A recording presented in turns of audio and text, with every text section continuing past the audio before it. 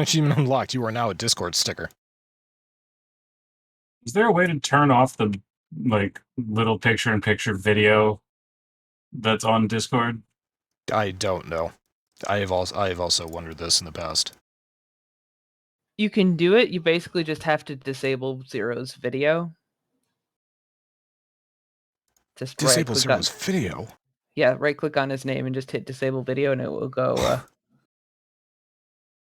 That's really dumb. But just look at that, put him. Oh, I'm gonna start. Oh God. Let it not be said. By the way, the gray in your beard is very distinguished. It is beginning to get that way. I've begun noticing it more over the last like 3 or 4 weeks, that especially this area is really starting to come through. Your people will be seeking you out for sage advice in not long. I just saw. All right, so you're playing D3. Sure. No, that's fine. I just saw your clan tag. I was like, oh yeah, we fucking own that. You were about ready to start yelling at me, weren't you? That just reminded me of some very poor planning on other people's parts. Oh, man. Oh, yeah, it's been a long time.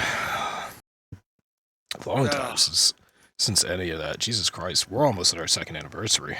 That's going to be a fun time. I've been combing through Discord for little tidbits. When is the next birthday? I think we're actually going to nail it. October 17th, I want to say, is going to be on a Monday. Yeah, October 17th is a Monday.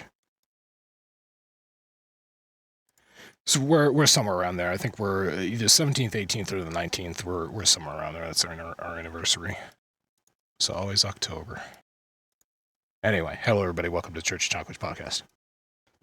My name is that, and I'm joined tonight by C0C, OmegaConstruct, and Pun Lord Masami.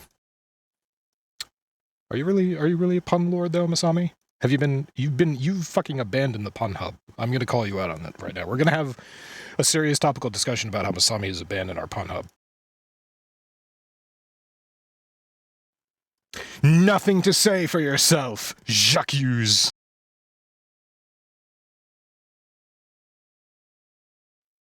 Seriously, yeah. I think she's gone.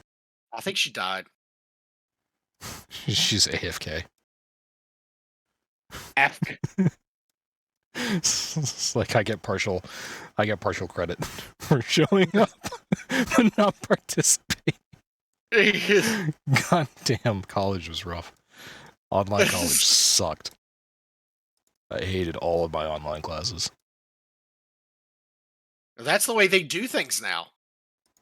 I know, and maybe it's gotten better. It's been a long time since I was in school. Online classes I took, I remembered, were a blast because it was all bullshit multiple choice and you didn't actually have to do anything. Damn. Yeah, no, that would have been nice. I had online computer courses, programming courses, because apparently nobody wanted to teach SQL in person. I don't really understand why, but it was never possible for me to take a physical programming class for SQL or... No, I guess I did have a physical class for C. Whatever. Point is, Masami is technically here, the best kind of here.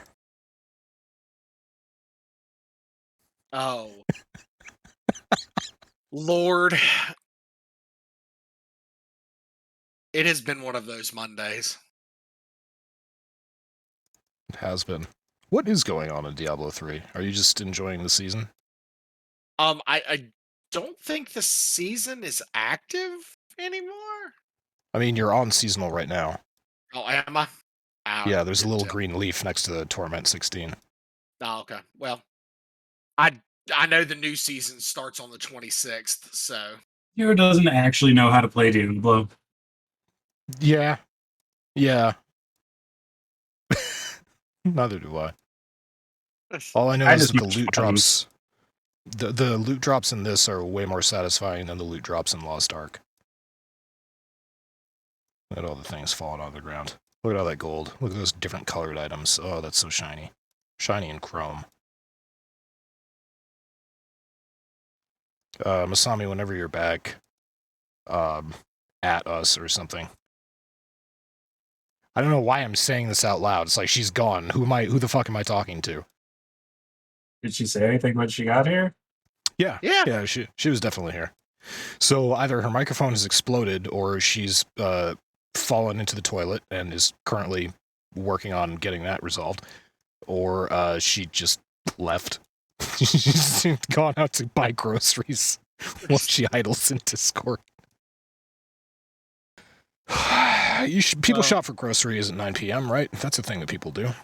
I've done it before. Back when I was working mid shift. I've shopped for groceries at 11 p.m. before, but that was when I was in college and I was stoned and I was hungry. And it wasn't actually groceries, it was just whatever the campus convenience store was. Nice. They made good sandwiches though. Yeah, they did. They always carried nachos and nacho cheese. You can never go wrong with nachos and nacho cheese. Oh, and baby carrots. Yeah, when you're stoned, that's like a fucking banquet. What, baby carrots, nachos, and nacho cheese? Yes.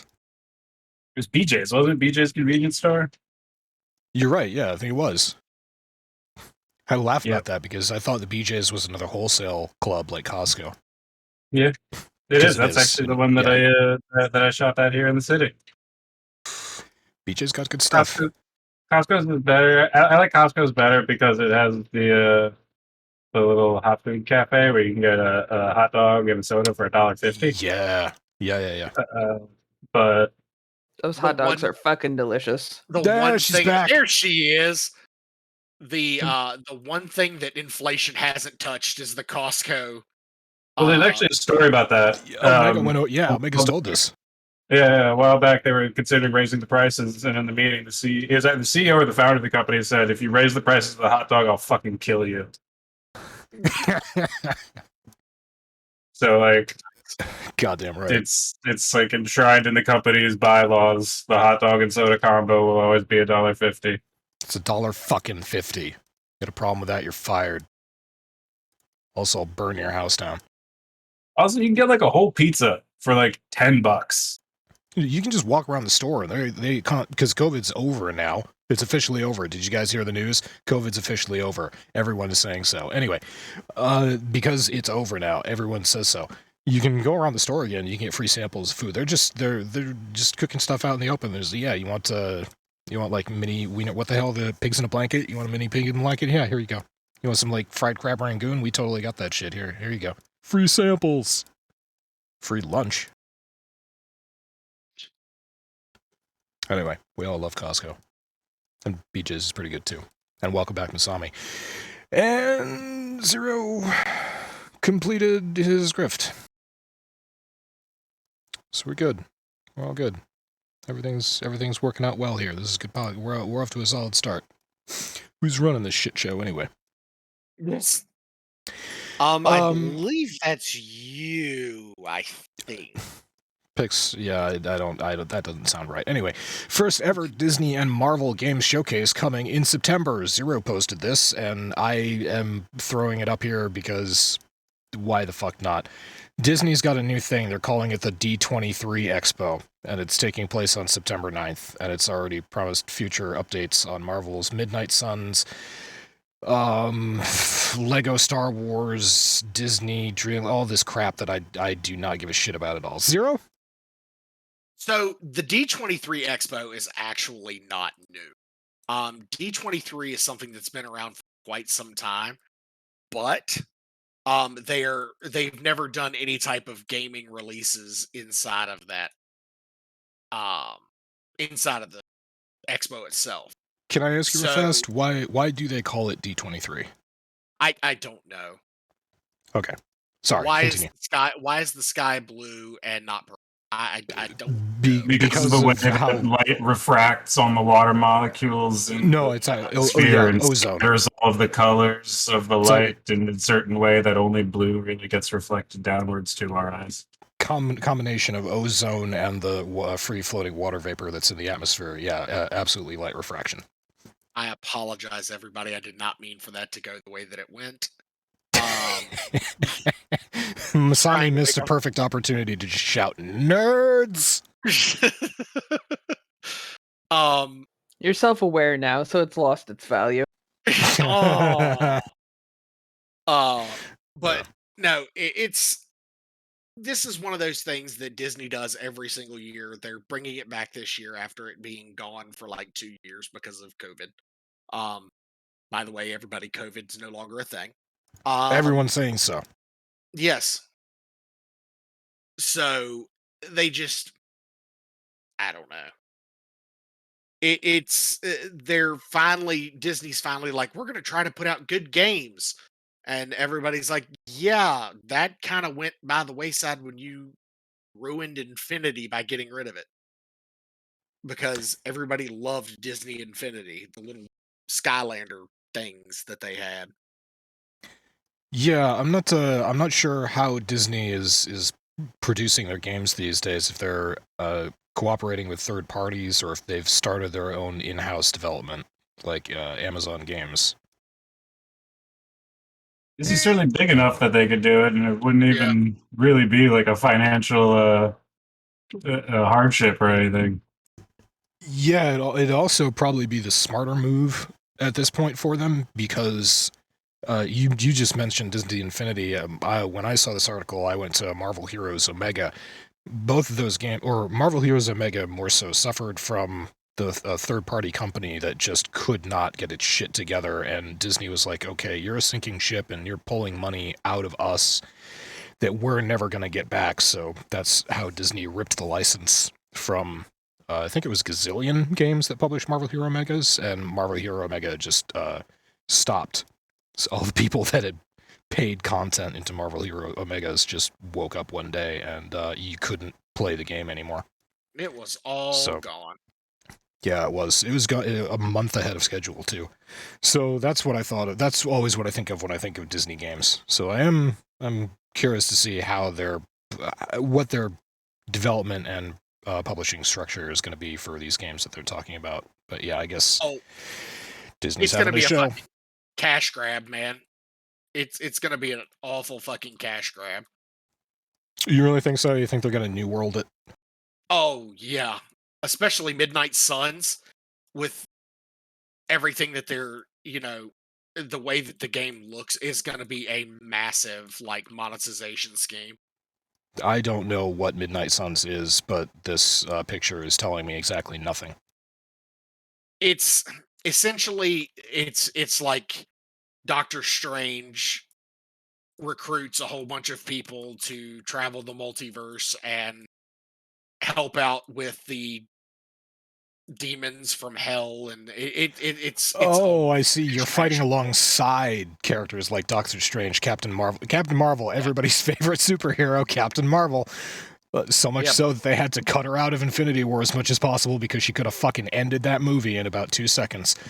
Ghost Rider and Blade, and players, however, will take on the role of a customizable superhero known as the Hunter. That sounds stupid. But yes, okay, so I see. It's a tactical XCOM, but faster paced. And it has new card mechanics. It's essentially going to be just like Marvel Ultimate Alliance, only you get to create a character instead of play as... Omega, here's the answer to our question. For this game, at least, Disney is partnered with Firaxis. So, publisher of Civ. And XCOM, right? I mean, that's a company that, presumably knows how to actually make some good games. Yeah, for sure. Alright, so there's that one. Marvel Spider-Man 2 2023 coming out exclusive. Oh, it's due out in 2023 exclusively for PS5. Next, Marvel's Wolverine is to be announced PS5 exclusive. Next.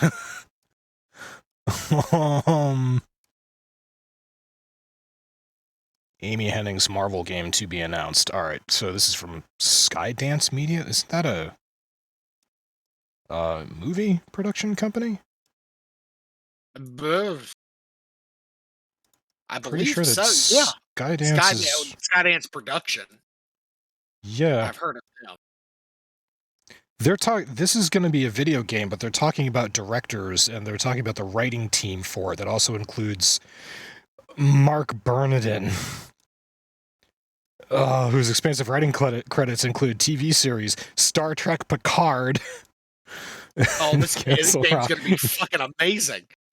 So this game's going to be completely. The game's going to be a ripoff of another video game, is what it's going to be. That's what that tells me. They would never do the Steve method. Star Trek Picard would never rip off Mass Effect 3. Yeah. Yeah. Like, of all the we Mass were Effects to rip 14 minutes in before anything was mentioned about Warframe or its developers. That's and true. I did it this time. And I'm actually playing Warframe.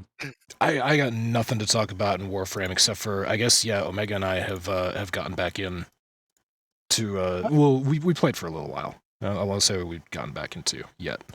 I mean, I've been playing it, you know, maybe like 20, 30 minutes every day. I've been going pretty relaxed pace with it so that I don't get burned out. But new content's kind of fun, gotta admit. Yeah, there's more to discover on the Zeramon. And the abundance of loot containers is pretty fun, especially when you're playing with Omega, who's always Zaku. Yeah, I mean, Pop.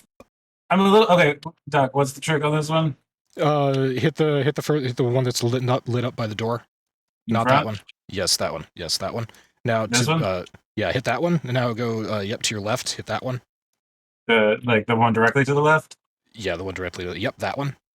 Now go back and hit the one all the way to the right. Yep, that one. Pop, and now go hit the first one again. Kabow. Thank you.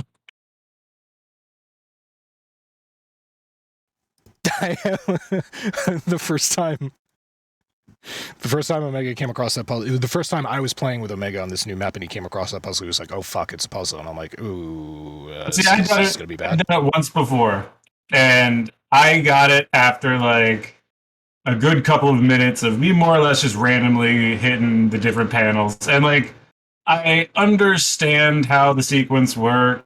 Right. And I could sit there and take the time to actually logic my way through it, but I just didn't care that much. And so I didn't really bother. But, you know, when I was playing with you, I was like, oh no, this is the exact kind of thing that his autism will enjoy. And I walked in the room and I did it first time. No Yeah, you walked in and you did it in like 15 seconds. I was like, yeah, you marked it. I was like, here, come on, what are you gonna do? There's this puzzle room. I'll fucking do it. You'll probably be able to do it easy. And you walked in and you did it. I didn't even have to like explain to you how the puzzle worked. Because I knew how it worked. I just hadn't figured out the sequence yet. It's definitely the second panel. Definitely the second panel. Oh, scan.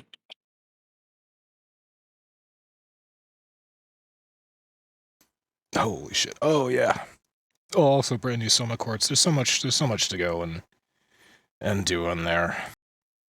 Yeah, I'm almost like a little bummed at how frankly necessary Zaku is for the looting aspect of it.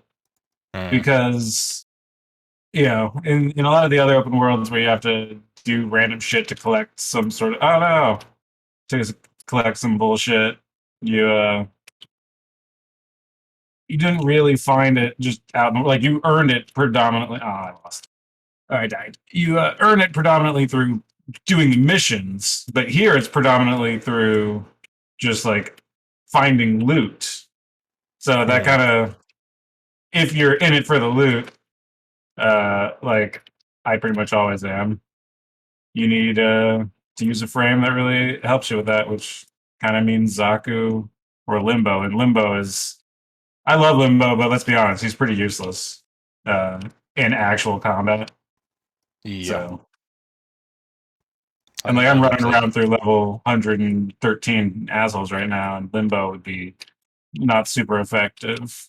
No, you'd be fucking dead pretty much immediately. Also, you just saw that you have 291 health on Zaku, and you're fighting a level 100 plus enemies. Yeah, it's daring. Ballsy, some would say. Oh, yeah, no, I was about to say, like, Zaku is not great. He is very squishy. It's the annoying... He relies on killing things. Yeah, that's your kill tank.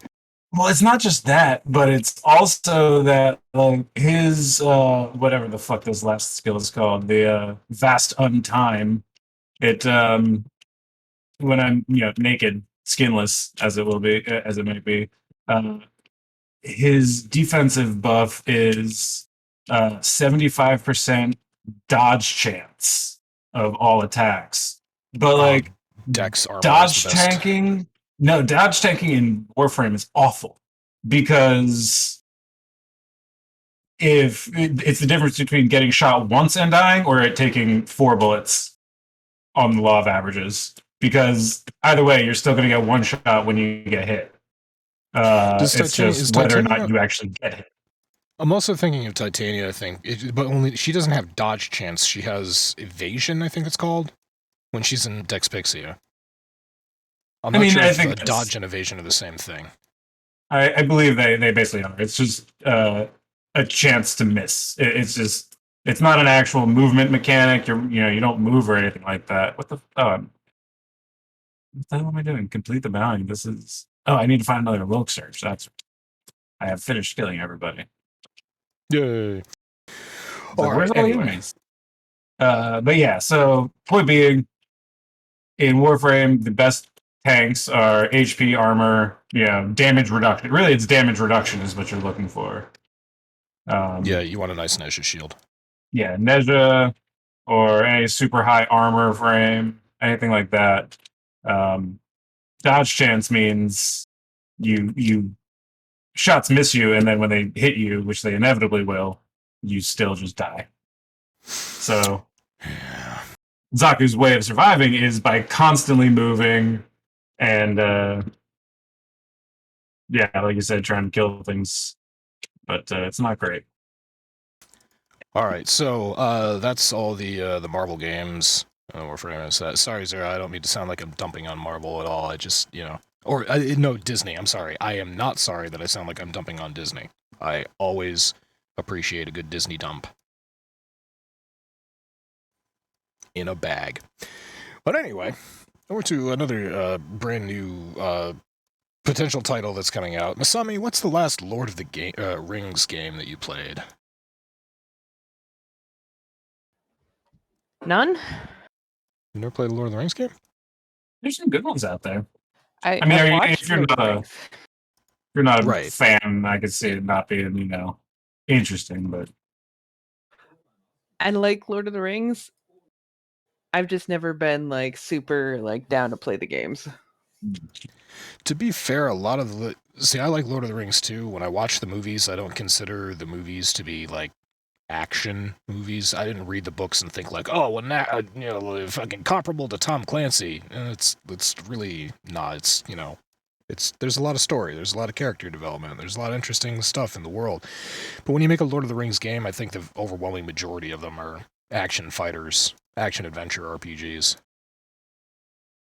Well, my favorite ones, I really liked Shadow of War and Shadow of Mordor, and those were honestly, they were basically Assassin's Creed in the Lord of the Rings universe. It was that kind of mix of stealth and combat. It was a good time. But do you remember the game that we played in college? Yeah, wasn't that like Battle for Middle Earth? I thought Battle for Middle Earth was the StarCraft knockoff. Because I definitely have that. Was it the War for... No, I'm pretty sure it was Battle for Middle Earth. But, okay, I remember the game. Yeah, turn-based. That was turn-based RPG style, and that was a blast. Yeah, that was good. I played the support characters and I revived people I revived any characters that got dropped, and I gave Omega's DPS characters buffs so that we could kill trolls and shit. That was a pretty good time. But anyway, there's a new Middle-earth game that is ostensibly in development, and developed by the studio behind the visual effects for Peter Jackson's Lord of the Rings trilogy. So yeah, there's a new game that's working with Weta Workshop, and the game, which will be released upon the literary works of the series, is currently in early development and is expected to launch during Take-Two's fiscal year in 2024, although a specific release date is understandably not being announced. So yeah, it's being developed by Take-Two and the Weta Workshop, which is the Peter Jackson's production company. So this could be neat. There are very few details about this game, but I suppose it's about time for a new Lord of the Rings game coming out because they have the new Lord of the Rings series on whatever streaming platform that is. Amazon? Nobody knows. Yeah, it's Amazon. The only thing that I remember about the Lord of the Rings TV show or streaming series that's out right now is that people got super pissed off that the female dwarves didn't have beards. Because female dwarves have beards. Fact. That is a fact. Yeah, it's canon. There's even a picture of a female dwarf in the Hobbit movies, and she has a beard.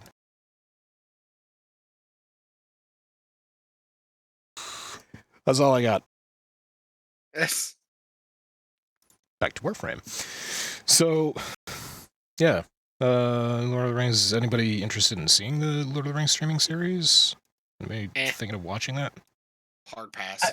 I've thought about it, and I mean, I'm not necessarily against it. You know, I'm not going to be one of those people who's like, "Oh my god, it's so different from." So, well, they ruined Lord of the Rings. And you know, I mean, they very well may have, and it certainly sounds like they've deviated quite a bit from the source material. But yeah, I'm not necessarily against seeing it, but I certainly don't care enough to actually seek it out. It's kind of how I feel about the Halo TV show, which similarly got largely lampooned for abandoning and because Master Chief's hanging around without his helmet. Not only that, but he fucks chicks. Like that's not something Master Chief does. Master Chief, he's in love with Cortana. He's an incel in love with a robot chick in his brain. He's basically the Wesley Crusher of the Halo universe. That's yes. Master Chief is not Halo is not a love story. Well, I mean, no, it's an unrequited or impossible to consummate love story with the literal AI in his head. It's me when I was in college and I kept on falling in love with lesbians. Yes. Wait. These are stories that I need to hear. It's a joke. You've never fallen in love with a lesbian? Yeah. Have you never been in love with a lesbian, Zero? Like, everybody's loved a lesbian, and it's been like, well, fuck. Because they're super easy to get along with. They're cool to hang out with. They can totally be your bros. And then you're like, damn, you also look fine. The worst part is when that's the worst part is when they don't know that they're a lesbian because they have all those cool aspects of being a lesbian, and then it seems awesome, and then they realize it's like, oh well, fuck. It's like you know from the beginning, it's like, all right, well, like we're bros then. That's cool, you know. But you get those ideas, and then you start some sort of relationship. I think there were 2 girls in my life that I turned lesbian, and I use the term "turned" sarcastically, obviously. But yeah, I had 2 relationships, and one end with one of the women becoming a lesbian, and then the other one, she became a lesbian long after we split. But yep, you never had that happen, Zero? Never had it happen. Yeah. I don't know what they're teaching you in school these days. Wait a minute, you're older than I am. Okay, I was going to say, considering I am the second oldest person in this chat right now. Wait a minute. Thanks, Zero. Well, hey, look, there are 4 of us in here. I could have been talking about Omega. Omega's the same age. We're the same age. Doc went to school together. Like we're freshmen together. Like that's we're what, like a couple months apart. Okay, well, Mhm. looks like I'm sending Masami jewelry. Yeah. No, don't send her jewelry. Send her moonshine. You keep on saying that you're going to mail us moonshine, and you never do. You have my Um, mailing address. no, I do not. I'm going to go back in our DMs. I'm 99% sure you have a mailing address for me. I'm 100% sure that I don't. God It's damn it. lost amongst all those feet pics. Oh, No, yeah, the the feet- feet pics. All of the so all of the feet pics have been public. There has not been a private one sent yet. Have you not DM'd me? I got to put the stream down for a minute. Sorry. I don't know if I can check my DMs from zero. Because I'm thinking... I am 90% sure. The first thing in our DMs What the is fuck? the picture of Steve in the quarry to look like he's taking a shit.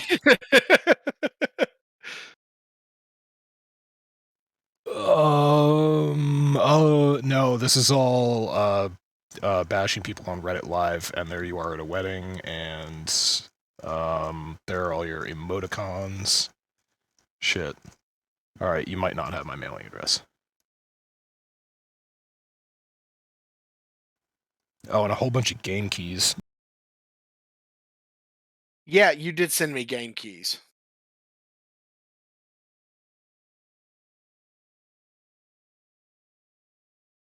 Why the hell was that? Alright, this doesn't matter.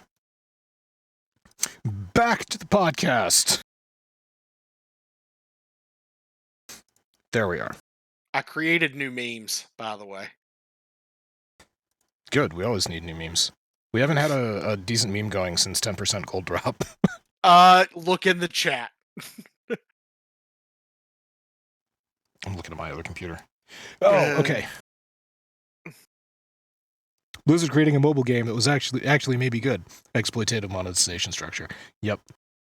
Fighting for what he believes is right. 10% gold drop. that Tiger John Daly meme is absolutely amazing, and it will get used quite frequently by me because I think John Daly is my fucking hero. The man is he's a lush and an absolutely terrible role model for anybody. But I mean, hell, the man literally parks his tour bus next to the local Hooters, no matter where he's at. I mean, why wouldn't you? So There we go. That's But that's delicious. he is one hell of a golfer, though. I will say that. I still can't believe that Blizzard made what $100 million or something, $1 billion from fucking Diablo Immortal. Isn't it really upsetting? That's so fucking depressing. All the negative press, all the bad attention that game got, all the criticisms, everybody complaining about the horrific monetization. Thousands, tens of thousands of hours of YouTube videos of people shitting on the game, and they made fucking ass loads of money. Do you think Zoomers know who Riker is? Or who any of the people are that we watched just dump all over this, the old D3 veterans who came back and did videos on Diablo Immortal? I mean, it doesn't, it's just, those are the people who, if you search the game at all, they come up. So it's just people not looking up the game at all, or, I mean, really what it is, if we're being honest, it's just that the people who are paying for that game are people with more money than sense, and, you know, the kind of whales that those kind of games make money off of. I'm gonna go out on a limb here, and I'm gonna guess that the people who spent... Okay, the overwhelming majority of the income for that game didn't come from people who spent like tens of thousands of dollars on it. It was just tens of thousands of people spending a couple dollars on it, and I'm gonna bet that they were kids with their parents' credit card. I don't know. I'm gonna go I out feel on like a limb and guess. these games really court the whales. And they do try to get people, you know, on a little steady dribble of a dollar here, a dollar there.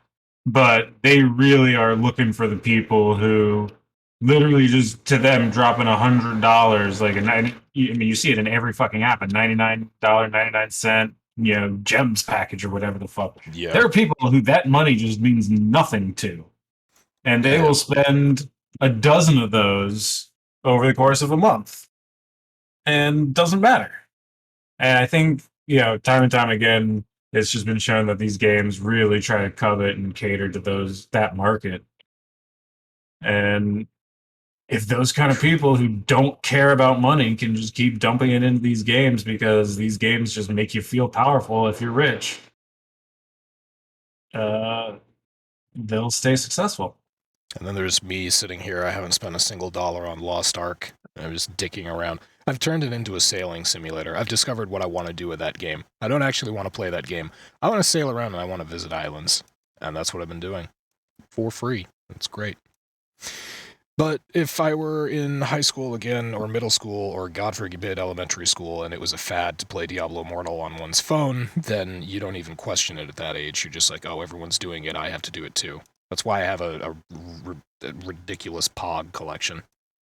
The fuck were Pogs? Why do I have so many of them? Why did I think that they were important at any time? Why do I have Alf Pogs? I didn't even like Alf when I was a kid. I loved Alf. Well, I had a Pog maker. I could make anything into a Pog. I had a Pog maker. Jesus, I didn't get that deep. It was like a little $15.99 toy from like KB Toys or whatever. It was like a little like lever press that it came with like couple hundred of these little cardboard discs that had a sticker paper on one side, and you peeled it off and it was sticky, and then you would attach it to like a magazine or whatever and get whatever image you wanted on the Pog, and you'd put the sheet in the press and you'd push it down and then cut it around and press it down on top of the sticky surface, and you'd have your own little custom Pog. Yeah, Doc, how dare you impugn the Pog collection that is still in my mother's basement? Those people who could make their own Pogs were gods back in the day. It's true. There's a Jurassic Masami. There is, if you have a Jurassic Park 6 Pog hologram set complete with the slammer, it is worth $1 million today. Good God. Dude, all of that 90s nostalgia shit is worth so much money right now because of all of the people in our generation who actually were smart and went to Silicon Valley and or Wall Street and made money in their lives. Right. That is few of us. amazingly disgusting. Yeah, and they are buying nostalgia. I mean, Magic cards. Old starter packs. Jesus Christ, Oh, Magic God. cards are the other one.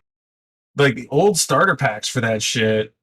Or like, I have a buddy who has a fair amount of disposable income. I wouldn't even say that. He's a doctor, so he has a fair amount of debt that he's also paying off. But one of his hobbies is not so much collecting Magic cards. He is an arbitrage seller of Magic cards, wherein he goes to one place, like he just buys cards cheap at one place and sells them to somewhere else for more money. He sells them to people, he sells them wherever, and he's been telling me some stories about some of the packs that have recently been like bought and sold, not by him, but just in the marketplace. Like tens of thousands of dollars are getting handed over like routinely. Yeah. Yeah, this is, I found a website that just lists values for Magic cards. It is just stupid how, because the local game shop that I was playing D&D at every other Thursday, they have a computer set up on the counter where you can just come and look up the value of whatever cards you pull. And this one guy literally walked in, bought a pack, and the owners, when he looked up the price, the owners went, "We will not buy that card. We do not have that much money." Whoa. Oh. So,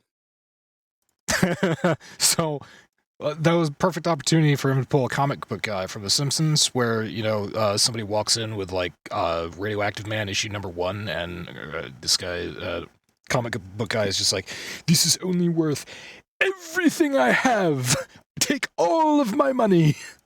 Mhm. Oh man. Yeah. So there, yeah, that's definitely out there. There's a lot of shit that's. Maybe I should go and take a look at my pod collection. I might have some stuff that's actually worth a lot of money. Because I had a I had a Bigfoot slammer. It smelled like bubblegum. It was great. Hmm. I even sealed it in its own special little box to preserve the bubblegum scent. I'm sure that worked. I just found a listing for an alpha booster box of Magic the Gathering, like first edition. It's listed at $250,000. Good fucking There- god. Hey Zero, you want also to be super depressed about something? Go take a look at WoW box sets, the collector box sets for the original releases of the WoW series. Bro, If how they're do you still think shrink wrapped, how do you think I got through part of the pandemic? I had those box sets. They were not shrink wrapped, but they still had all of the contents, including the game disc. I had a guy offer me $75 for each one. Or no, that's nothing. If yeah, it like was like shrink, yeah, it was $75 per. so if you have, I forget the last time that I was trolling around on eBay for this because I think at the time I was looking for the Diablo 3 Collector's Edition, the original box that came out, which I got for the actual original selling price of $99, which I thought was fucking amazing. But there's some dude on eBay was selling 7 Collector's Edition WoW boxes that were still in their original packaging and shrink wrapped and all the rest of that, and it was something like $250,000. good god, that is just stupid. People, there's a whole There's a yeah, fucking market. I don't get it, but that's just me. Now, books, on the other hand, to get your hand on like a first edition of Palladio's 4 books of architecture, I can totally understand paying $5 million for that. That's just sensible. Fuck, were we talking about? Diablo.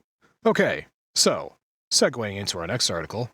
I don't know who posted this. I thought it was fucking hilarious. So I took all the images out. Diablo 4 starts leaking and people doing it are plastered all over it. The reason that the site title sounds so fucking weird is that basically how it works in the Diablo 4 closed beta that people are playing right now, the one that's about 67 gigs, when you play it, your battle tag and all your ID information for your Blizzard account are displayed as watermarks on the screen.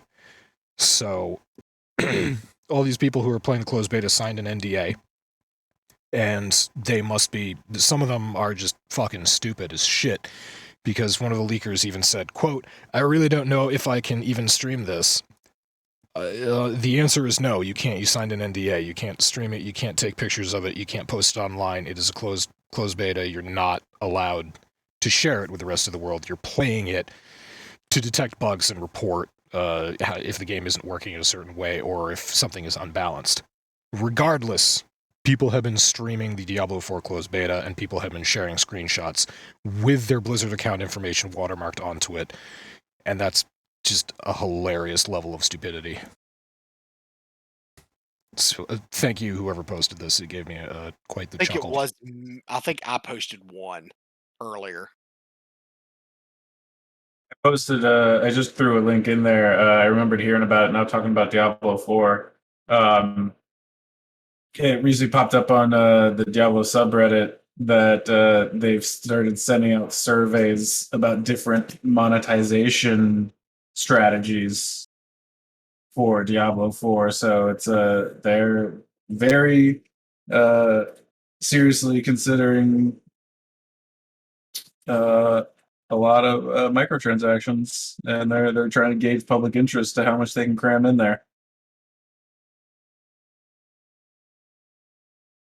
As long as they don't, as long as they use lube, I think we'll be all right. Yeah, this goes back to what we were speculating on like 2 or 3 podcasts ago, that Diablo Immortal did so fucking well. That they're going to try and sneak as much of that model into D4 as they can.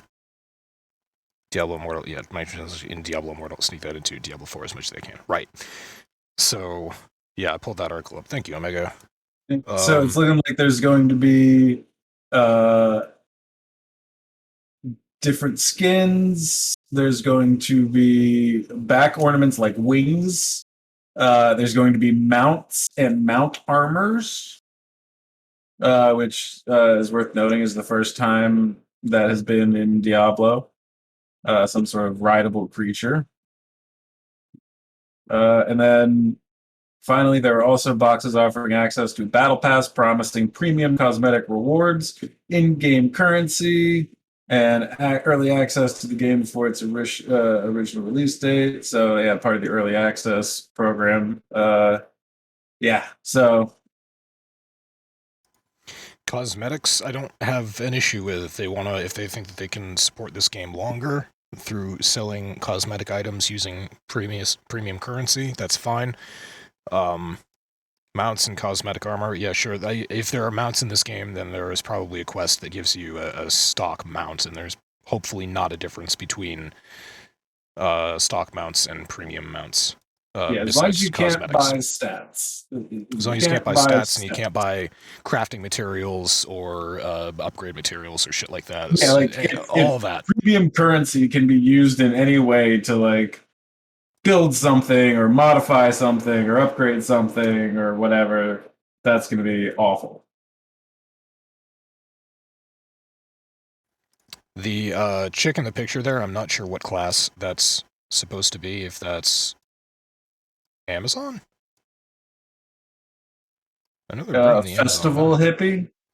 Yeah, that's. I was going to say it looked like Ygritte from Game of Thrones when I was viewing it in the thumbnail. Mm. Closer up, she looks less and less like Rose Leslie, I think her name is. But yeah, whatever. That's a good-looking character. It's a good-looking 3D waifu right there. For all the D4 fans to simp over, I'm sure that'll be a thing when it comes out. Yep. I just made myself sad. A new in-box sealed Pokemon Red edition, first edition, sold for $84,000 at auction. Probably so that somebody can put it into a case and show it and just look at it every now and then and be like, yeah, I own that. It's like people who steal paintings, the people who buy, stolen Picasso on the black market and just hang it up in their yacht. And they're just like, yep, I own that. Mm-hmm. Why? What's the fucking point? Why do you own that? And why is it on a yacht? It's a painting. If your yacht sinks, the painting goes down with the ship. You telling me that you're going to Titanic that shit? Bull. I call bull. You know, one thing that's kind of a funny thought that I haven't really had before. Now that games are virtually entirely digital in terms of delivery and storage and everything, that's not going to be a thing anymore. Collectors, yeah, you're seeing a slowdown of physical media being shipped. Ubisoft still puts out collector's editions of games that you can buy, physical copies that come with that stuff, but it really is a specialty, just a way of generating revenue, and it's so far, I guess it's still profitable. But you're right. Bungie did it with Witch Queen, and you got a physical. You got all the physical stuff. You got a couple of little extras, an art book, CD, a CD soundtrack, a digital soundtrack, and right. You got a Hive Ghost model. Diablo did it right with the Diablo Collector's Edition. I'm going to talk about mine because I know Linus is listening right now, and he's going to be super jelly that I have the Soulstone USB that is like plugged into the Diablo skull. I have a sculpture of Diablo's skull that came with the Diablo 3 Collector's Edition, and the Soulstone sticking out of the forehead is removable, and it's a USB flash drive that contains the install for Diablo and Diablo 2 for free. They gave me keys because part of the collector's edition. And when you plug it into the USB outlet, the Soulstone glows red. I have that, Linus. It's been sitting above my monitor for like 12 years. I'm jealous. Oh no, a decade now. Yeah, Diablo came out in 2012. So I've had this thing for a decade, and it looks as gorgeous today as it did when I took it out of the box. Oh, like, that feels good. if you look at Zero Cam, which I don't know why you. Zero Cam! He's a Vault boy. Jesus Christ. Yep, you're up. Up there, where I've got my two ghosts, the one on the right actually came with the collector's edition for Destiny 1, and then the Vault Boy with the thumbs up is one that I got for the collector's edition of Fallout 4, and then I've got a black and white version that I bought that was a collector's edition that you could get at GameStop. And then that dragon my sister got at an anime convention, and it actually came with Final Fantasy 8 collector's edition. So, and she gave it to me because she was like, I don't like that ugly. And I said, okay, I'll take it. And I'll put it on my I'll put it on my D&D shelf. Yeah. Yeah, well. Anyway, real quickly, to move on, I don't know who posted this article, but I've been seeing a lot of recommended YouTube videos and YouTube shorts for Squirrel with a Gun. And it's exactly what it sounds like. It's a goof game, and it's fucking hilarious. Basically, you're a squirrel, you run around, and you can steal shit, and you can also find a gun, and you can chase people around and shoot them. I'm sorry, I saw that, and the first thing I thought was Doc. Yeah, if this is a co-op, I've eyeballed it, I've seen it, I've said, oh, that's adorable. In the same vein as Goat Simulator is adorable. I don't know if it's co-op or not, but could be fun for a laugh. If it was like $1.99, I'd buy it and play it. I feel like all those little small games that are like really hilarious and cool and unique, but not really worth like a ton of time to put into it. They're usually made by small companies who are good enough to make a decent game, but not smart enough to figure out how to make competent fucking netcode. Or a lot of endgame content. Yeah, you pretty much, you jump in and, you play it for an hour, you're like, okay, I got it. Yeah, you fuck around for a while and it's like, all right, that was fun. But these games are very fun, for example, at 2 in the morning when you're drunk. Or also, 2 in the morning doing online banking, as we have been known to do.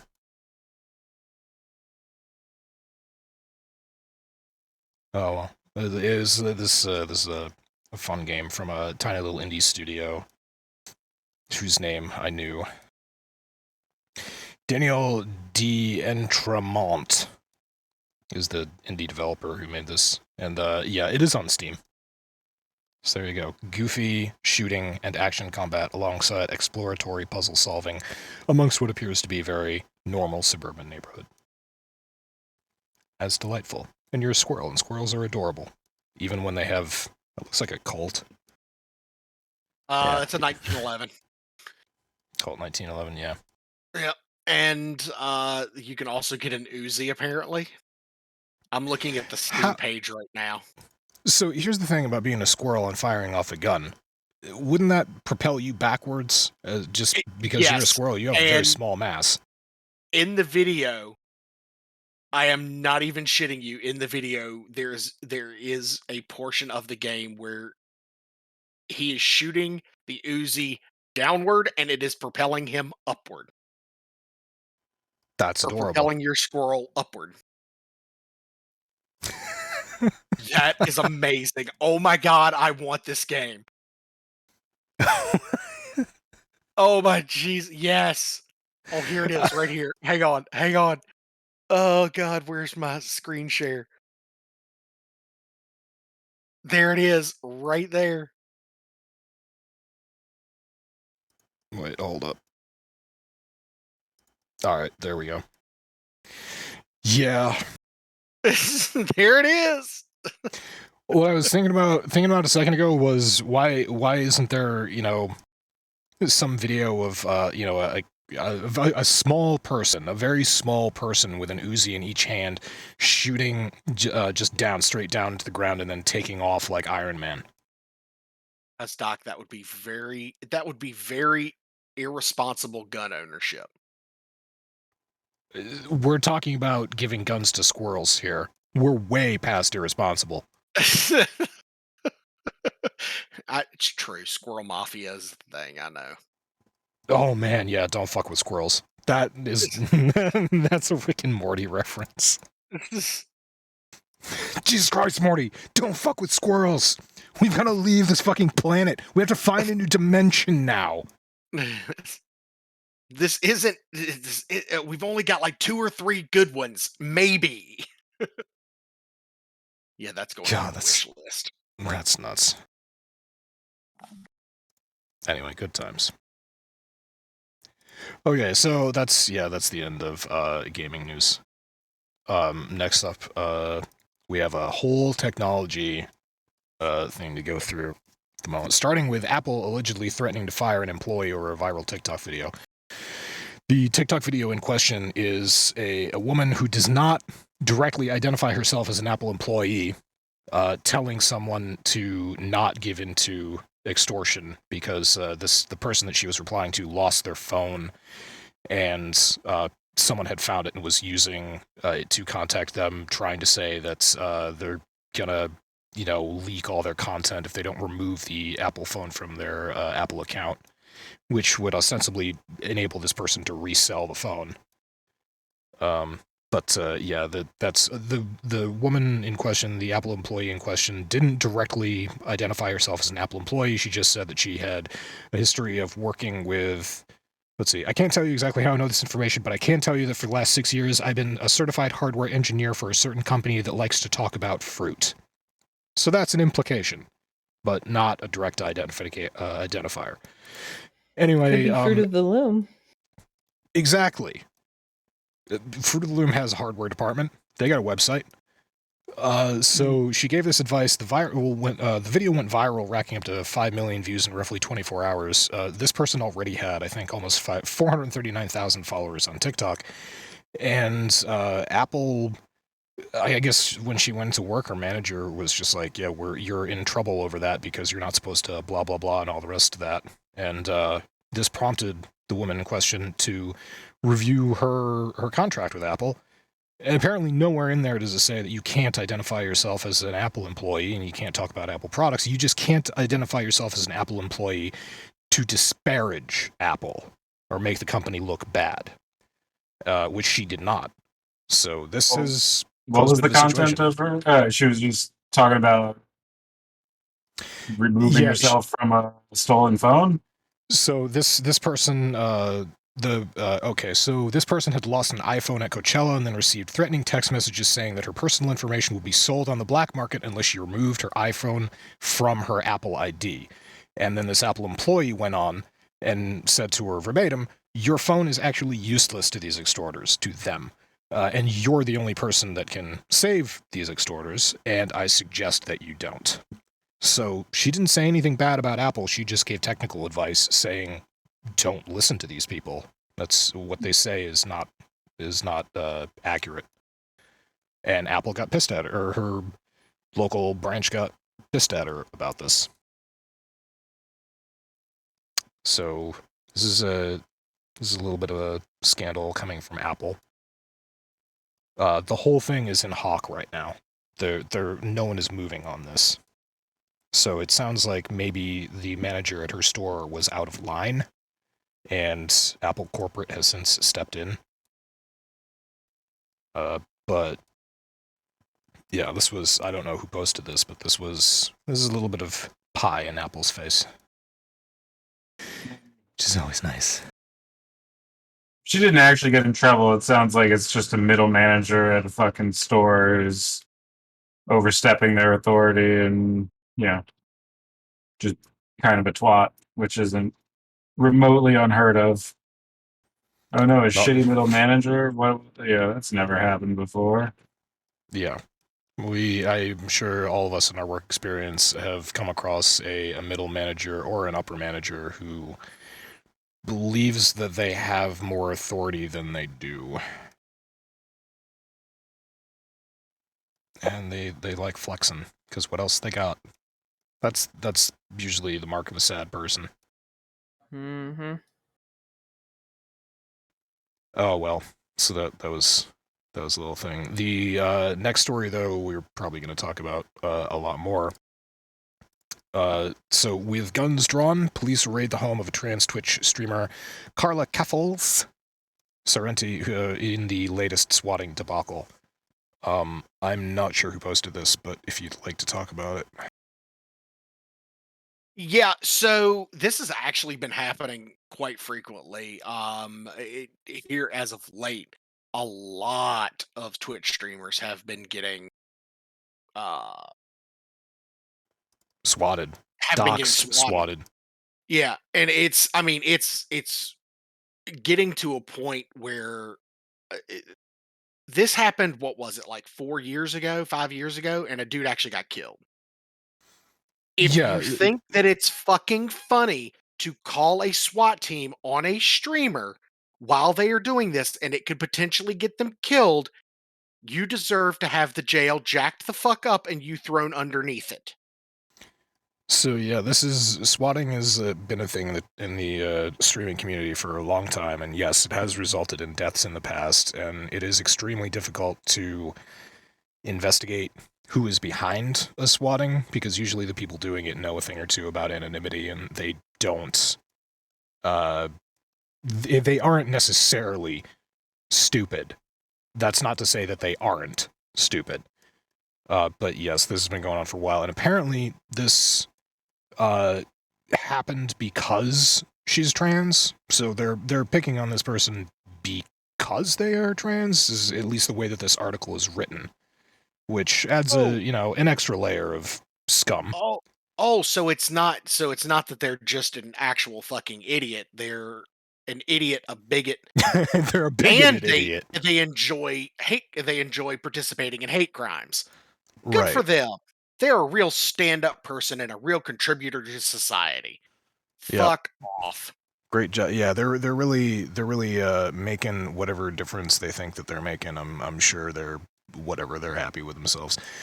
The thing that caught me off guard on this article was that Sorrenti's family had previously contacted the London Police Service, this is London, Ontario, about being put on a no swatting list. I didn't know that there were no swatting lists, Mhm. but Well, see, I heard this story, and I'm coming at it from the other direction. I have heard of no swatting lists, and I think in this day and age, it's fucking ridiculous that certain jurisdictions don't have them, because like it's a known thing that has, as you said, caused lives Mhm. right.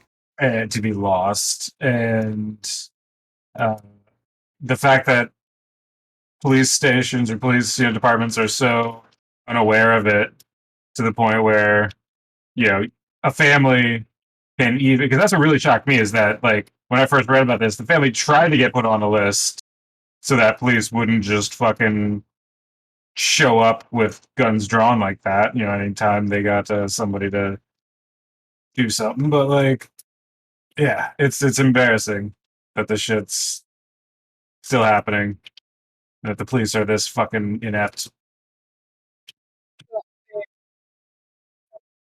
When I was I Oh, really got Zero, to you're the point breaking where I up. was sorry. There you go. Can you hear me now? Is that better? Yep, you're good. Okay. When I was streaming, I'm lucky enough that I've got people that I went to high school with and, you know, family members who are in law enforcement. So they knew, you know, they work for the local in the area that I live. They work in the local police department. I never had any fear of that because at no point in my year-long streaming career that I was ever big enough for this to occur. But Right. it was a concern that I had, which is why generally I would stream when my wife was not home. Because if something like that were to happen, I wouldn't want her here to have to deal with that. And again, Yeah. but again, I was never to a point. I was never big enough that it ever seriously crossed my mind as something that would actually occur to me. So the other reason that we're talking about this is because she wants as much attention as she can get, and she deserves to have this attention put on her because you're right. Yeah, so no swatting lists exist. I didn't know that. I don't have a problem with that. That's probably a good idea. Haven't really thought about it. I just off the cusp, probably a good idea this day and age. She tried to get onto the no swatting list. The cops were in the article. She says that they were treated. Her family was treated like they were wearing tinfoil hats, and the cops were just not. They were nonplussed. When this actually happened, somebody sent an email out to all of the local politicians in the London, Ontario area, claiming to be Claire Sorrenti and saying that she had weapons and she had killed her mother and that she was going to go on a shooting spree and kill as many politicians as she could. So that prompted, obviously, people to inform police. Police identified her, went where they lived, busted down her door, swatted the whole house. It shouldn't have happened. She should have been on a no swatting list. There should have been uniformed officers that just knocked on the door and said, "Hey, is your mom alive?" But basically, what happened is the SWAT team discovered Sorrenti's mother was alive and well, had no idea what was going on. They searched the entire house. There were no guns, no weapons of any kind. And despite all that, they still arrested Clara Sorrenti. And they still arrested her. And I think she was in hock for like 2 days. And they confiscated all of her computers, all of her streaming equipment. So she's effectively out of work because she is a professional streamer. And they're not giving, but they're treating this like it's her fault when it's obviously not. This is not the first time that she's been bullied on Twitch either. There's a history of this. So I mean, she's an openly trans and activist-minded person, so absolutely, she has probably been receiving death threats as a regular course for quite some time now because there's a lot of shitty fucking people in this world. And I hope that as an activist, she was smart enough to open police reports about this. Even if the cops can't do anything, can't identify who's sending you the death threats, it's a smart idea always to contact your police department, have them start a police record that you notify them you've been receiving death threats, give them the death threats so they have a file on you and they can see that there's a history of people trying to fuck with you on Twitch. And when something like this happens, it is much easier for investigators to open and close the case and say this is not your fault. But that is not the case here. Apparently, her description of how she and her family were treated by police is deplorable. The London police come off looking really, really fucking bad, and wholly unprofessional. Well, I mean, So, another streamer, Aiden Ross, got hit. Got swatted before that. Now, I will say there was it was Nadia, Nadia, was actually swatted midstream. The cops showed up at her house. They were aware that she was a streamer. They showed up. They just walked through the house, cleared the house, and then one of the cops sat down on her stream and was like, "Come on, guys, let's get her those last 5 subs. So before she has to, log off for a minute, she'll come right back. You know, she's just got to come and talk to us for a minute."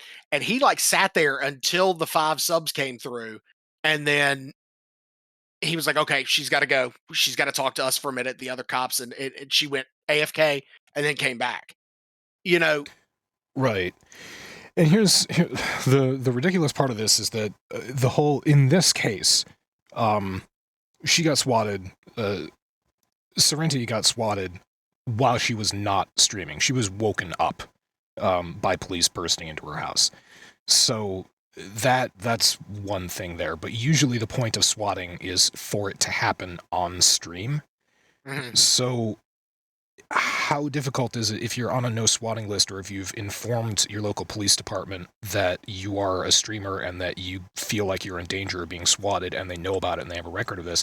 How difficult would it be for cops to get a report that you said something horrific like what happened here, and go on Twitch and see if you're streaming currently? If you're streaming currently and you said that, you know, you're going to go kill politicians and shit like that, okay, fine. They know that you're in your home. They know that you're currently streaming. Send uniformed officers to knock on the door, and if there's a problem, things can escalate from there. There's no reason to jump straight to the SWAT team. You're telling me that SWAT has nothing else to do? Yeah. It seems like there's more important stuff for the SWAT teams to be, like, assigned. Oh no, I don't. No, that's the problem. Now we're getting into a whole different conversation, but that's literally one of the problems with policing right now. Like, they get an obscene amount of money and ridiculously powerful equipment, and these SWAT teams are decked out like fucking paramilitary units. Well, they are. The police department is now the 6th military branch. And they got fucking, like, look at Texas, where that school shooting happened in Uvalde. 40%,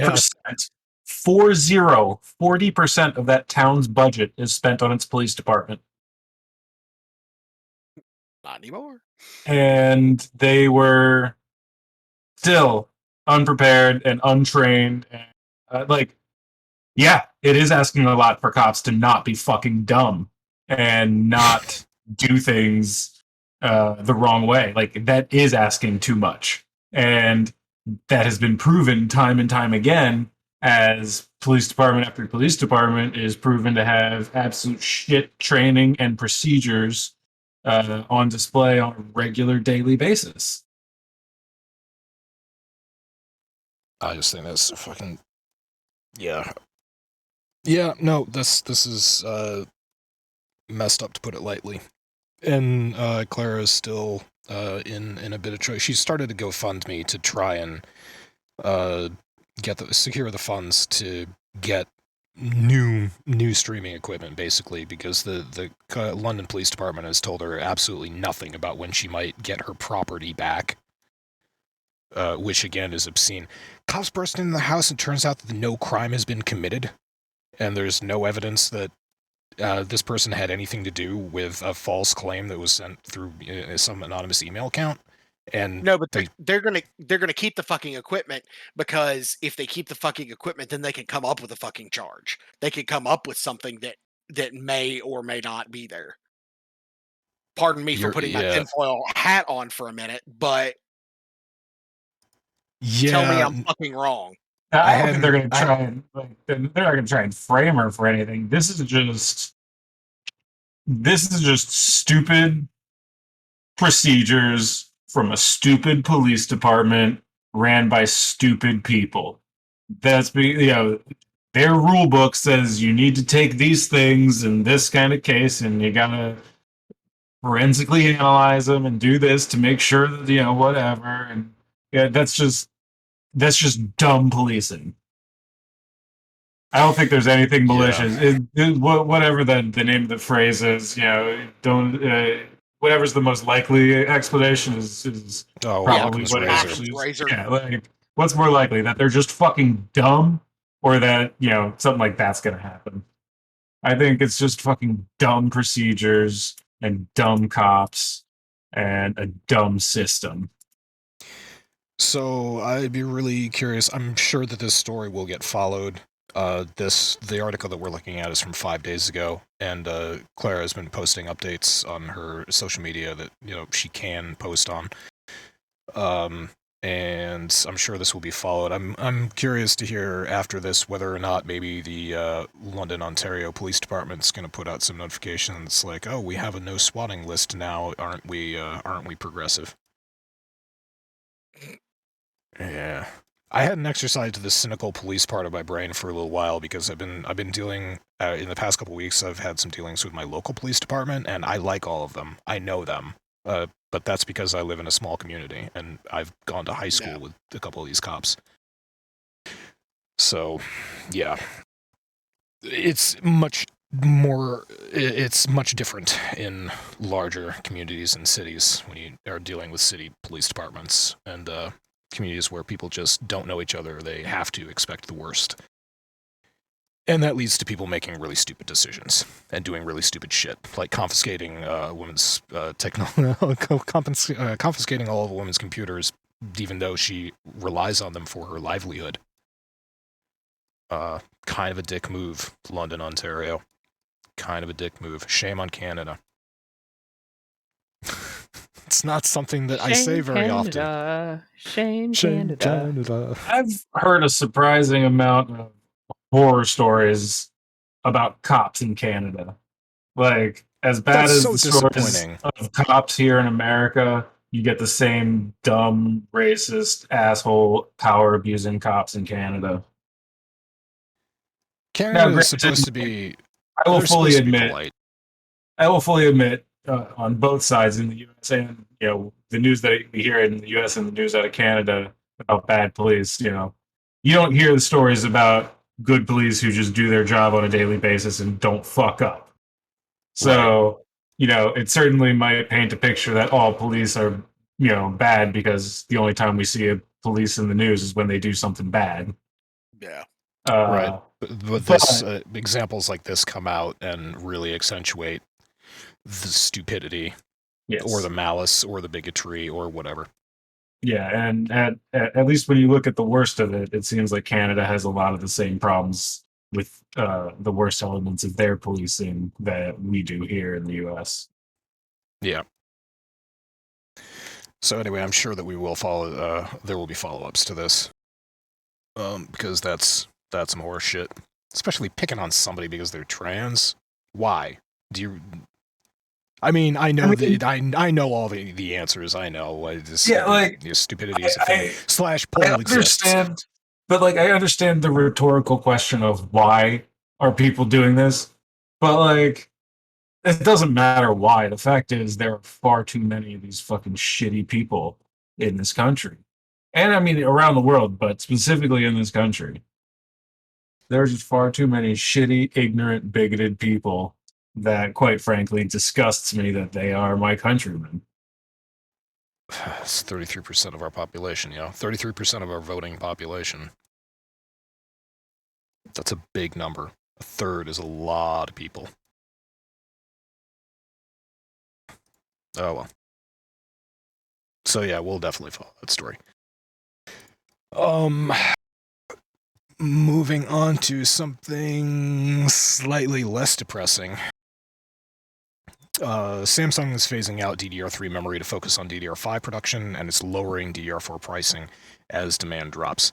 So as we have seen, the long and the short of this is, as we have seen GPU cards dropping in price for many reasons, including a decline in the value of cryptocurrencies, we're also going to see price drops in previous generations of RAM, DDR3, as Samsung does this, because it will create a wave in the market.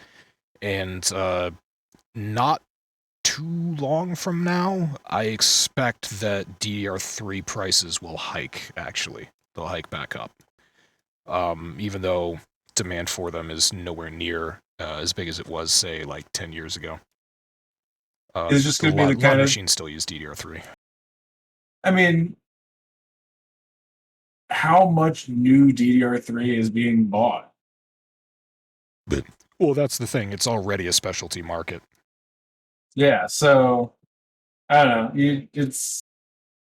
I shared this story because I feel like this is the kind of story that low key is a turning point for the true turning point for our next generation. I feel like in a weird way, the true next generation of technology isn't when something gets introduced, it's when something gets phased out. Right. In this case, DDR3 we'll see a phasing out. So that's and new boards coming out. Everyone's being put in a position fairly soon. If you're buying a new computer or if you're building a new computer, you're going to be put in the position of having to buy a new motherboard because of Windows 11. Windows 11 is going to require a TPM chip. So that's a new motherboard. New motherboard is likely going to support DDR5. So it'll be backwards compatible to DDR4. If DDR4 is cheaper, you might go for that. But why not get DDR5? So there's an encouragement coming up to buy the newest generation of RAM, and now Samsung is messing with prices, which furthers that encouragement. I will say the price. I've been like keeping an eye on the price of the matching RAM for what I've got in my computer currently, and it has actually come down $30 in the last month. Damn. Mm. Yeah, HyperX Fury 16 gig, 2666 megahertz. It's, I mean, it's nothing fancy, but Right. But price drops on RAM is one of those computer components that you can it's very easy to go overboard on in terms of price, especially if you Yeah. want 64 gigs or 128 gigs of RAM, like was- psychopaths such as myself want. it was $172 a month ago, and now it's 122 for one stick of RAM, which I still think is stupid expensive. But I'll say the good thing about this. First of all, the reason that I said the DDR3 prices are going to hike back up in 6 months to a year is just because, or actually probably longer than a year, is because we're looking at manufacturers phasing that out entirely and not making it anymore, which will make older hardware that is reliant on DDR3 either too expensive or too impractical to maintain anymore, or it'll mean that you got to go out of your way. You got to go to eBay. You got to basically do what I do when I upgrade one of my old laptops that I have just lying around and I want a better processor in it. You got to go to eBay and you got to look for an i7, a second generation i7 processor that isn't being built anymore, and you got to hope that somebody will sell that to you for $70. But that's going to be DDR3 is going to be vintage hardware pretty soon. In the meantime, though, it means that DDR4 prices are dropping, and it means that more people will be pumping out DDR5, which is going to increase supply regardless of demand. So hopefully, price drop there as well for newer RAM. So we got two computer components now that are getting cheaper. It's just kind of the way the market works. It's all about scalability. Like, even if you have devices, not necessarily PCs, but devices that need RAM and would be perfectly fine with only DDR3 RAM, just the scale of manufacturing of DDR4 is going to mean that a DDR4 chip is cheaper, even if the DDR3 chip is less powerful. So Right. that's something that, it's just not even going to be worth making at all. And I guess it's only going to be down to OEM parts that are on shelves already, or in stock rooms, I should say. There's ain't nobody stocking this shit on a shelf. What will I do when I need to replace the RAM out of my HP 5400 that runs Windows 98 with its 250 megahertz Celeron processor?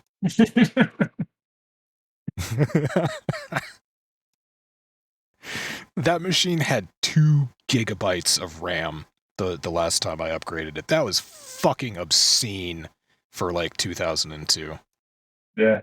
How big was the hard drive on that bad boy? It came with a 1 gigabyte hard drive. I bought an additional 25 gigabyte hard drive to stick in there. My PP was big in high school. big PP. Wait, I let's had- not talk about Doc's PP when he was in high school. That gets weird. I was tail end of high school. Senior year, I was 18. Okay, we're good. That's fine. Oh, God. Yeah. I'm gonna throw up pictures of your feet later on the stream. Oh God! Please don't. They're beautiful. They Check are out the Chonkwij not. OnlyFans, everybody. OnlyFans.com/Chonkwij for pictures of Zero's feet and Omega's feet. Omega pictured. I know Omega. Your photo was supposed to accentuate the cigar, and was that bourbon or whiskey? Yeah, it was bourbon. Bourbon, yeah, but you threw your feet in there too, so it got thrown into the Foot Library. That's cool. Guillermo del Toro is ready to share his nightmarish cabinet of curiosities with you. Guillermo del Toro is putting out a Netflix series called Cabinet of Curiosities, and he has directed, I think, it's going to be 8 episodes long. He's directed 2 of the episodes. He's also got directors Jennifer Kent, who did The Babadook, and David Pryor, that did The Empty Man. So he's got horror directors lined up to do episodes of this, and I don't know who posted this, but thank you, because it looks great. Guillermo del Toro knows how to make a fucking movie. He's weird, and it is delightful. Yes. We talked about him last podcast, and when I saw it, I was like, you know what? I think this would be something interesting to talk about, considering we brought him up in the last podcast. I am a We fan were talking of about the Del Toros, something Del Toro. Guillermo del Toro, Benicio del Toro, Toro lawnmowers. I think that's how it got started. It started with the He's Toro got lawnmowers. nothing to do with lawnmowers, Zero. That's why I don't remember this conversation at all, because I totally tuned out the lawnmower conversation. It started as a lawnmower conversation and ended on us talking about Guillermo del Toro. Yeah, Don't but worry, that Omega, I hadn't been following around at all, so I was just checked out entirely.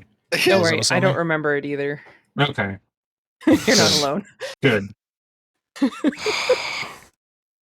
God like damn you it. guys don't even listen to me anymore. I get super enthusiastic talking about lawnmowers. I couldn't even make it through that Something's got to sentence. buzz your motor. It's like you gave up about a third of the way through that sentence, Yeah, because you I just knew it wasn't the truth. I completely fucking ran out of steam in that statement. I I'd mean, say you lost stamina on that one.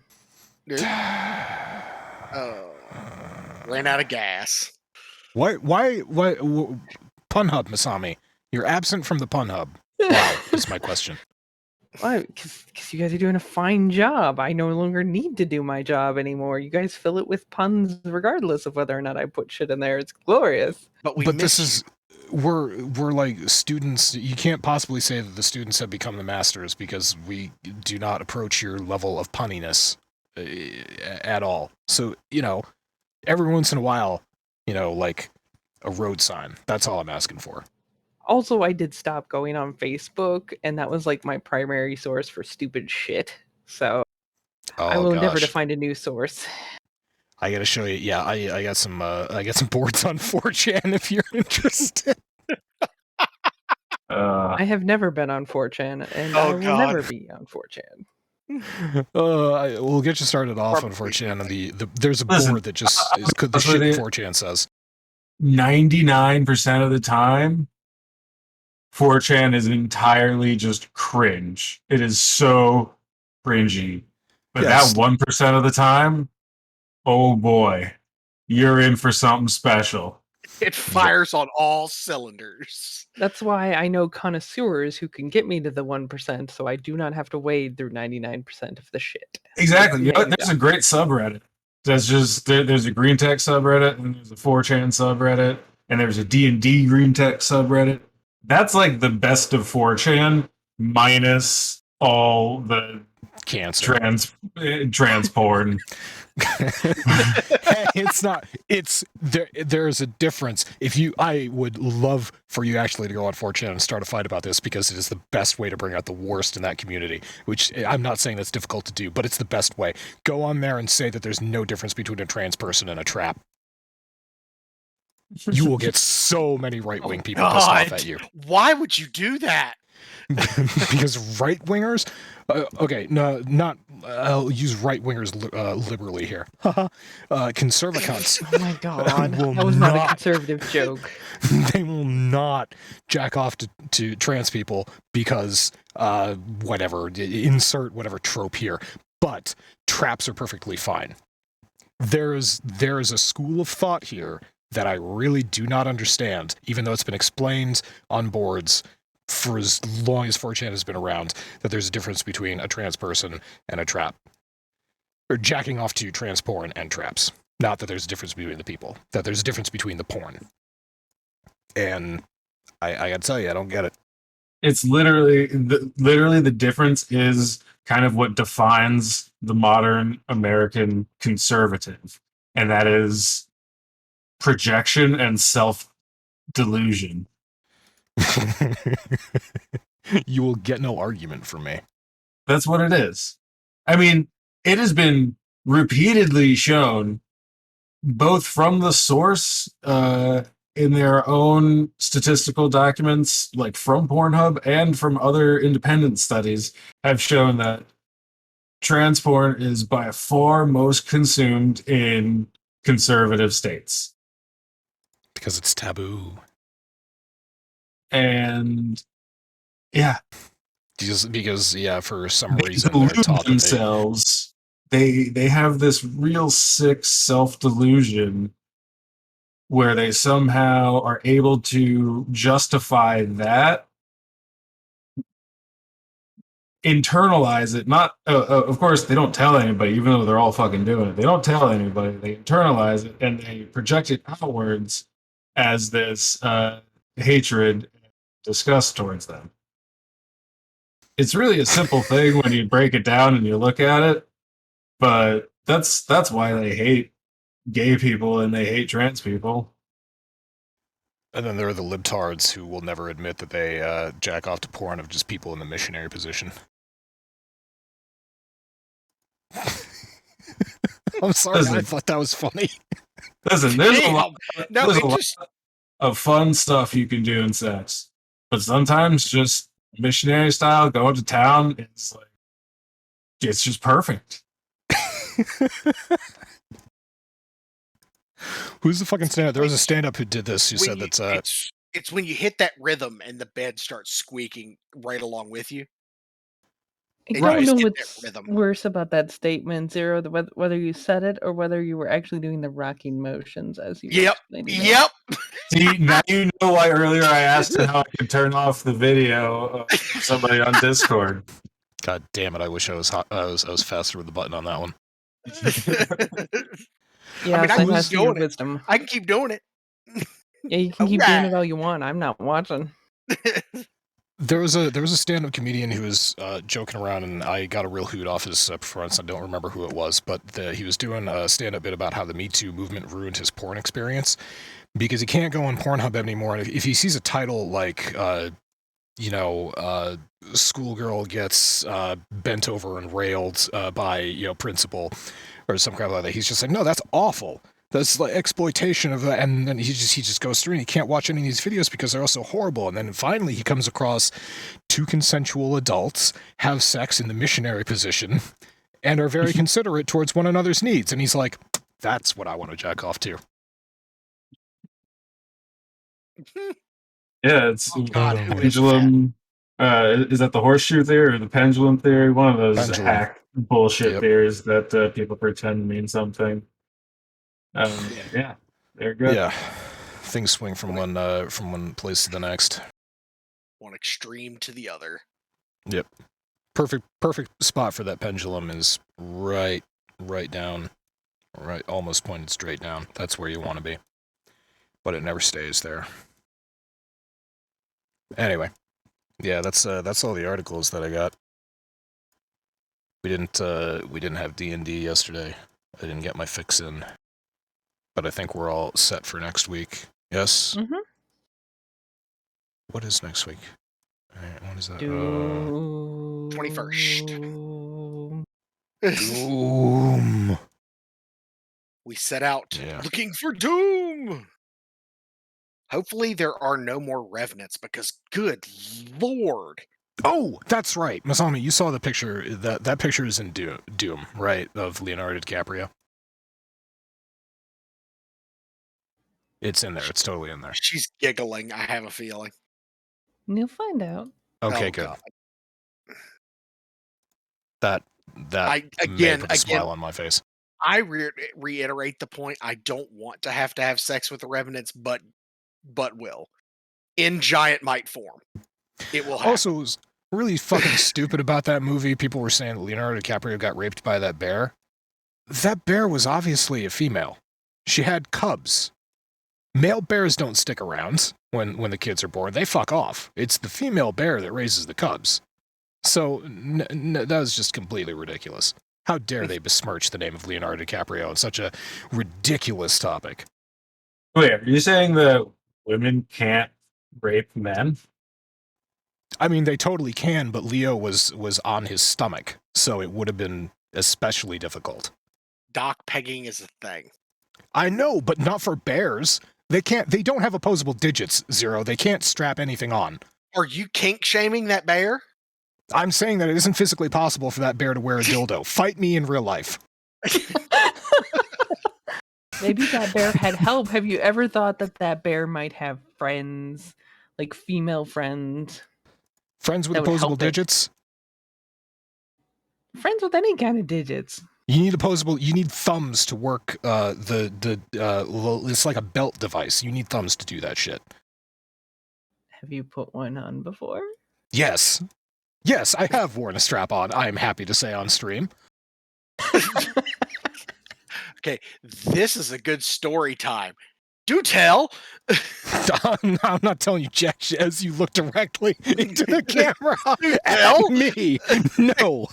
No, Zero, I will not. I don't understand what the problem is here. That's the story. Anything else? Yeah. Just One use your time I wore a strap imagination. on, the end. You'll get there. Use your imagination. You'll get finish. Did you know that there's actually two different kinds of strap-ons? There's one where, it's the full thing, and then there's one where it's hollow on the inside, and it can go over said thing to, help create artificial size for your partner. Wow. Yeah, they're cock sheaths. Yeah. Mm-hmm.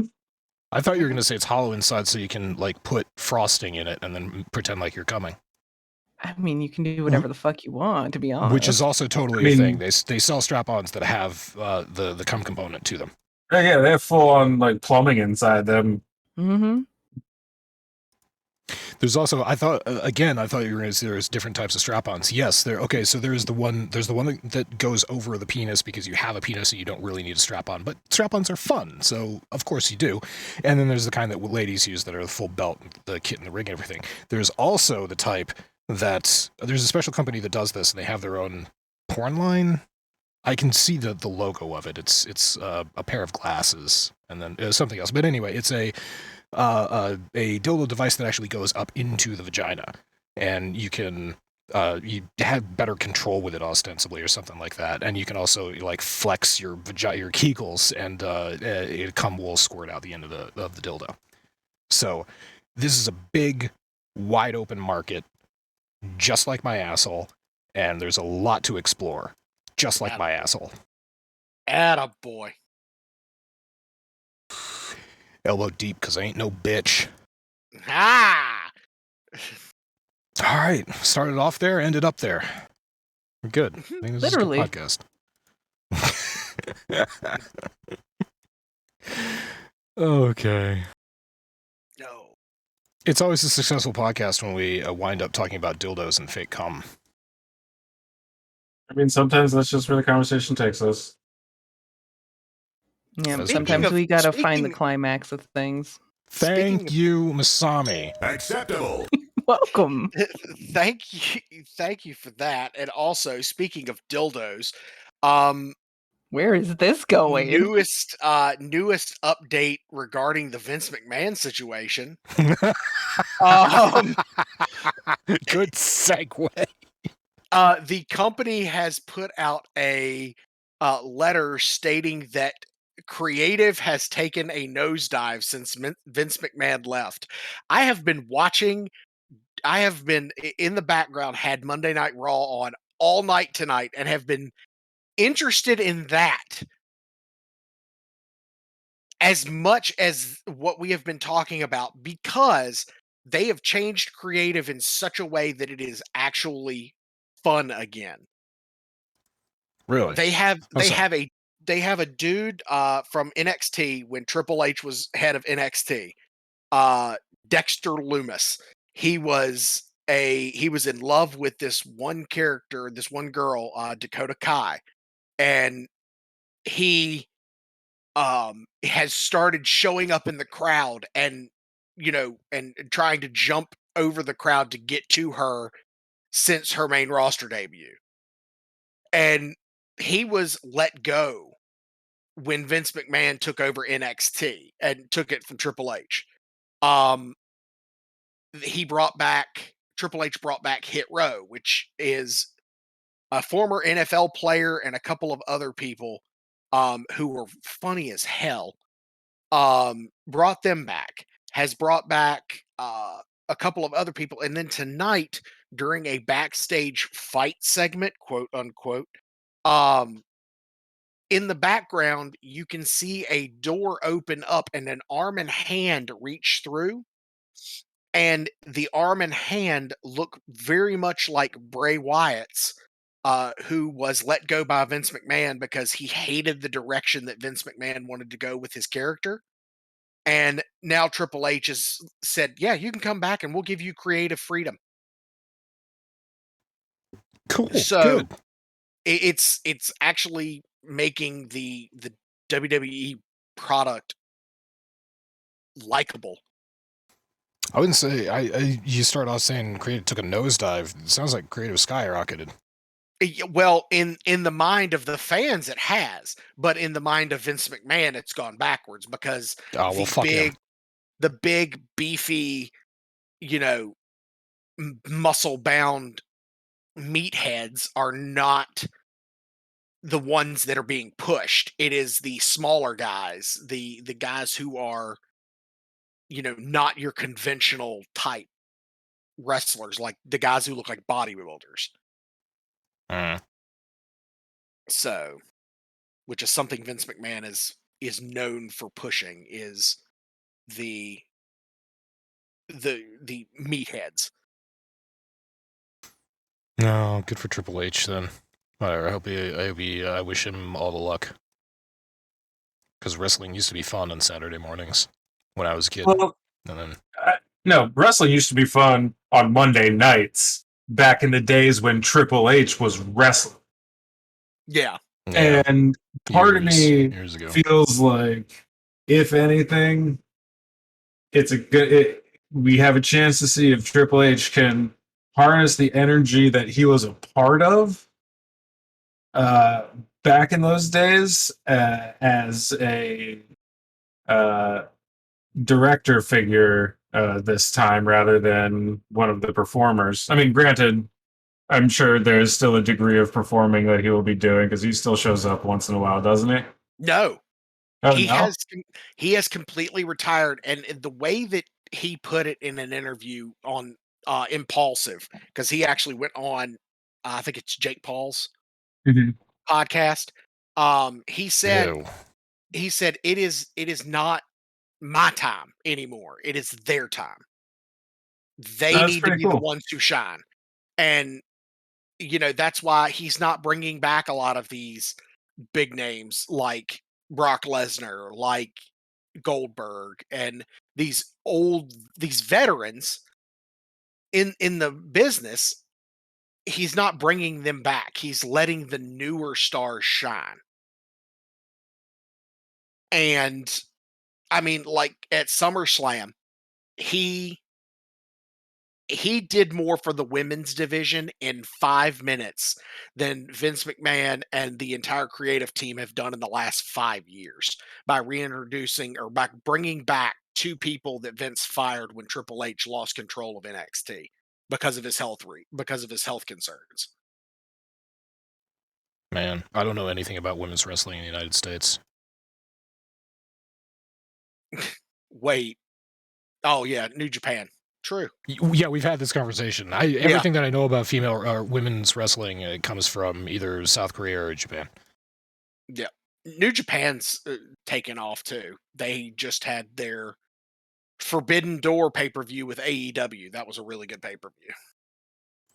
I don't know.